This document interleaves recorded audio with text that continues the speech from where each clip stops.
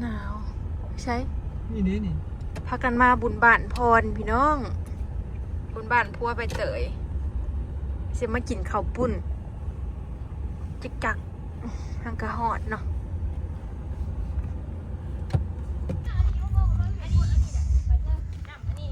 คือบ่ได้มีไผอันนี้บ้านพรเด้อพี่น้องบุญบ้านนะพองติวเนาะเปิดสวนแต่เว้นอยู่ คนอยู่ได้นะ เฮาสวนดินแล้วค่ำเบิ่งคนตอนหับมีแต่หมาพี่น้องมาตอนหับพากันสวนดินแล้วก็ขับกันมาเนาะก็พากันลงมา ก่อนลงมา โอ้ยเบาอ่อยก็ได้ สบายดีพี่น้องหนาว มันออกแบบผู้ชายเนี่ยมันก็มีอยู่ ที่มันยากปล่อยหมักแบบผู้หญิงเนาะ มันบ่คือ สองพ่อเมียนี่แล้วเพิ่นเอาปิ้งชิ้นถามว่าอันชิ้นมันเย็นหรือบ่ เย็นที่อุ่นมานี่ พากันเห็ดหัวอยู่เขามาส่งดินส่งทรายให้ไอ้ อุ่นใหม่ก็จะหน่อย พากันลงไปซื้อหยัง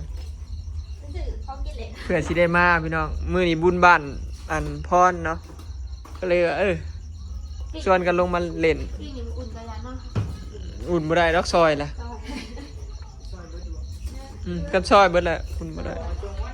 อันนี้คือเพื่อนพรพี่น้อง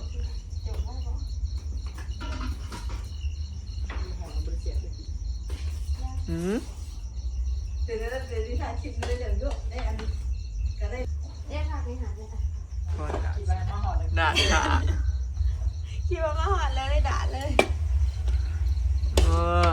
เราต้องห่วงนะอุ่นเอา น้องคุณได้บอกแต่จะจบ มาแต่เช้าผู้นี้ ข้าวนะ เออ เกือบเที่ยงไม่ได้ทำงาน เกือบเที่ยงอีพอก็มาปะ โม่แล้วเป็นว่าเฮ้ยนี่มันได้ถูก อันนี้นำข้าวปุ้นใส่เห็ดฟอนแม่ตัวบ่ ที่เขาได้มาใหม่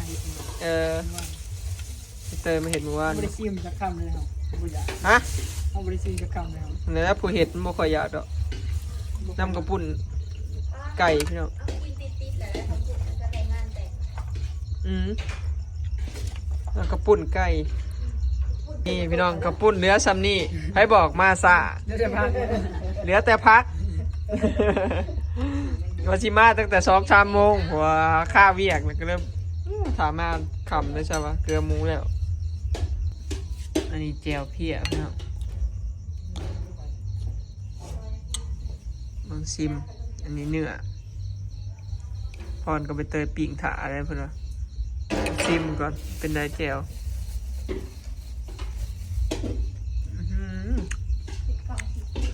อูมามิ แซ่บพี่น้อง อันนี้ขนมมกพี่น้อง มาแหวนนี่มีขนมมกไผ่ห่อเตย เขาเนี่ย ยาห่อวะยาใบเตยห่อพี่น้องชิมขนมมกพี่น้อง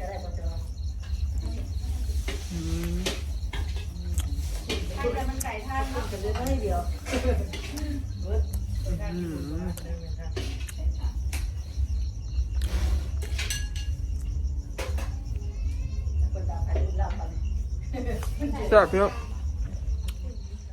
โอ้เสียงเฮิบเนี่ยกลายมาชวนปันไซมานำพี่น้อง วงมาได้ หักไก่บ่ ทำไกลนั่นแล้ว กินไม่ใช่ กินไม่ใช่คนหนึ่งนอนเมาเมื่อคืน ว่ากินน้ำกัน กำลากมาเดี๋ยวแต่คนไปลงไปหาข้าวเจซีคนไปหาบอลม่วนนะบอลเด็กเต้น เดี๋ยวซีเชิญเซแล้ว เพื่อนบ่อซอนบ่อซอนก็ออกมาอยู่ในป่านี่ เขารอดนะ แล้วกินมีดาดสิ้นเนาะสิ้นบ่ ปิ้งชีส นั่นแล้ว ชุบเปิดปิ้งขา มาแล้วปิ้งขามันพวกมันเดี๋ยวคุณนี่ไปซอยไว้ไม่ได้บอกเพื่อนเนาะ ท่าผู้นั่นท่าผู้นี้เฮ้ยแล้วเอามาลาแลนมาน โอ้ลูกเต้ากับหอยกดเพื่อนจะมาได้ รถไม่ติดต่อ เด้ไหม ำอ่ะ มากินได้ไหมเต้ย ใส่ทั้งหมดนะ มา เอออันนี้กัน ใช่ ลืมบอกว่าซื้อใครดูมาสิ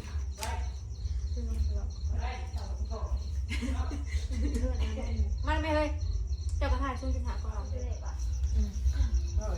มาพี่น้อง ก็ถือ เด้อกินข้าวเป็นพรได้มื้อนี้เอาฝากท้องอยู่พี่ มึงหาบ้านก็ถือมันจะว่า ใบเตยกับพรก็จะบ่ได้กินข้าวเพิ่นถา เล็กมาก็เล็กไก่ ถือแล้ว ถือเลยไม่คิดถึงก็บอกถือหน่อยพยายามเตี้ยเงินมาละ ถือร้อย เสียดายนะคะหาบาท10 บาท ถือก็ถื คิ อ ด ก็เลิก คิดยากแล้วก็บ่ถึงแล้ว ไปชื่อเรียนได้ยังนะ ถือเหลืออยู่จะถือ2,000มันคือ5 บาทมันคือ5 บาท10 บาทเงินใบมันคือ2,000 หนาวพี่น้อง จะหาอะไรรู้ชิ้นนั้นเนาะมาเถอะ มัวแต่กู มาเถอะ ไม่ มาเถอะเสียนชิ้นเนาะ แกะบ่ สั่งของแบบว่าเอาเบอร์ซะร้อยใส่พี่น้อง เก็บเงินประธาน เจ้าผู้สั่งหมวกส่งมาเป็นหมูอันบ่แล้ววะก่อนไม่ได้เคยใส่อะไรเนาะไปสิขึ้นแต่พวกจะคล้องสั่งกันพี่น้องคนอยากหัวอยู่แปลกว่า หนาว คนก็ว่าคนไม่ได้สั่งแล้วก็อยาก นี่ ให้ ก่อนเล่นเรื่องที่มันบีบดันเนี่ยหูวินกับแปลกกับแปลกคนจะสั่งมาไหมวะ ถ้าคนอยากให้แล้วไปสั่งเครื่องกูไปเอา หายังไงก็สั่งจองมื้อเกี่ยวมาหลับจองมื้อโซ่บ่ไปเอา เอาเข้าใจไปทางเนาะขยันทำกูไปเอา ตรงนี้มันเป็นน้ำมันได้หน่อย นะเช้าเขาคิดบอก หาผู้ชายบ่ได้ก่อนหาชายต้องกินบ่ได้ก็ไว้เมียนำเขาแล้ว หาเด็กเอาดีกว่า มาเถอะวัดไปสัตว์ หาเรืออยู่บ่า แต่กูเช้าแค่บ้องนะอยู่อ่ะนอนเผากองบุญมาจ้ะ มีช่องคราวและสาวเผากองบุญกับสาวอันเด่นซะเลย แล้วจะได้เด็กอะไร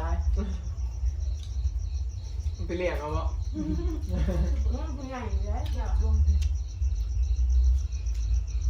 เอาหมูจำติดบอกบอกกิน เมื่อหรอ ขึ้นมา บ่บ่ แล้วเมื่อพักกัน หนาว ไปกันหนาว ทุกคนเขามานั่งอยู่ที่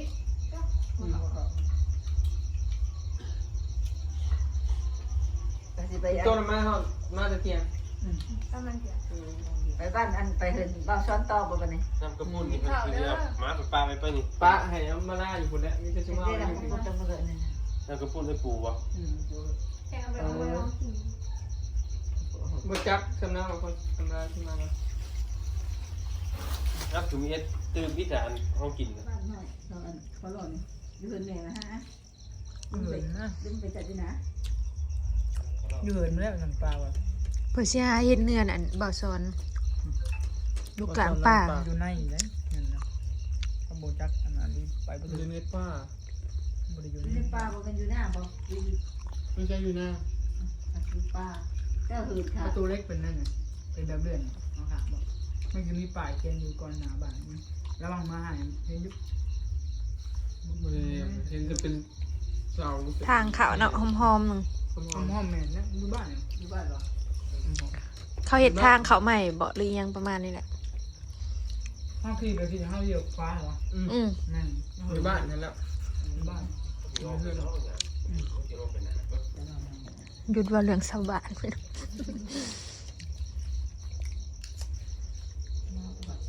วันที่1พุ่นหนาวนี่ นาวเสียข้าวด่าว่าจัง น้าสิปีใหม่ อะไรวันที่จะแปะห้องที่นี่เลยบอก สิได้บุญอัน มันที่จะเจ็ดบ่ ข้าว ชาวหกป่ะมึง จะ โอ้โหก็เงี้ยว่าที่31พุ่นแหละ 31นะอันอุณหภูมิ16นะ ยันแม่ มื่ออื่นเอามาลาส่วนไปทวงทานน้ำอ้อยสเราไปเดี๋ยวออกไปซอยซ้ำค่าอยู่เงิน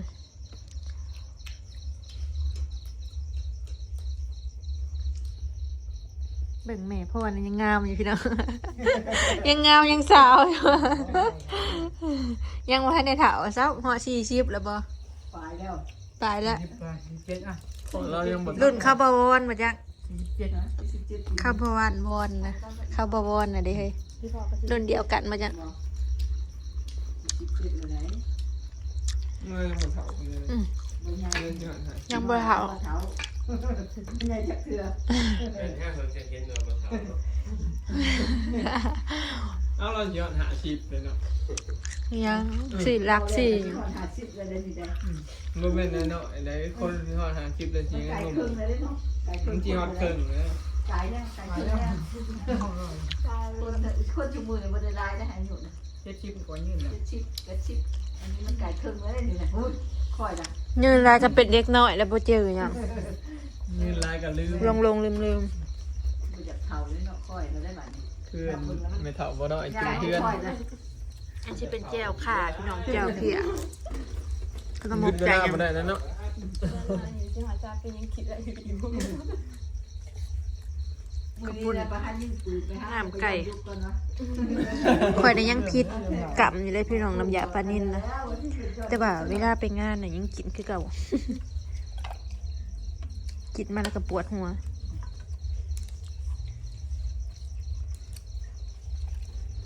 ไล่กดกินก็ได้เขากินได้ดีนึงโอ้ย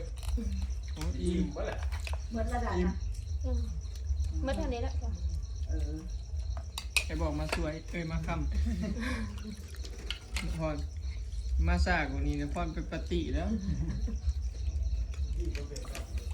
ตีอยู่เลยสไลเดอร์พร ย้อนยุคว่าถ้ามีถึงก็เยอะ พาเมียไปสไลเดอร์ เช่นในเรื่องบัญชากันหน้าแบบ เดี๋ยวไว้ พาเมียไปสไลเดอร์ ขับปุ่นน้ำไก่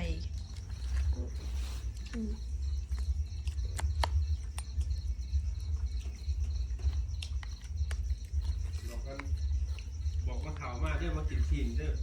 มีผู้อยู่เพื่อนบ่มาจ่อยเนาะ ที่ทันมาจะกินเรื่อย ก็มาแล้ว มี เพิ่ บ่ น น่ะคุณฮะ มี บอกเดี๋ยวมี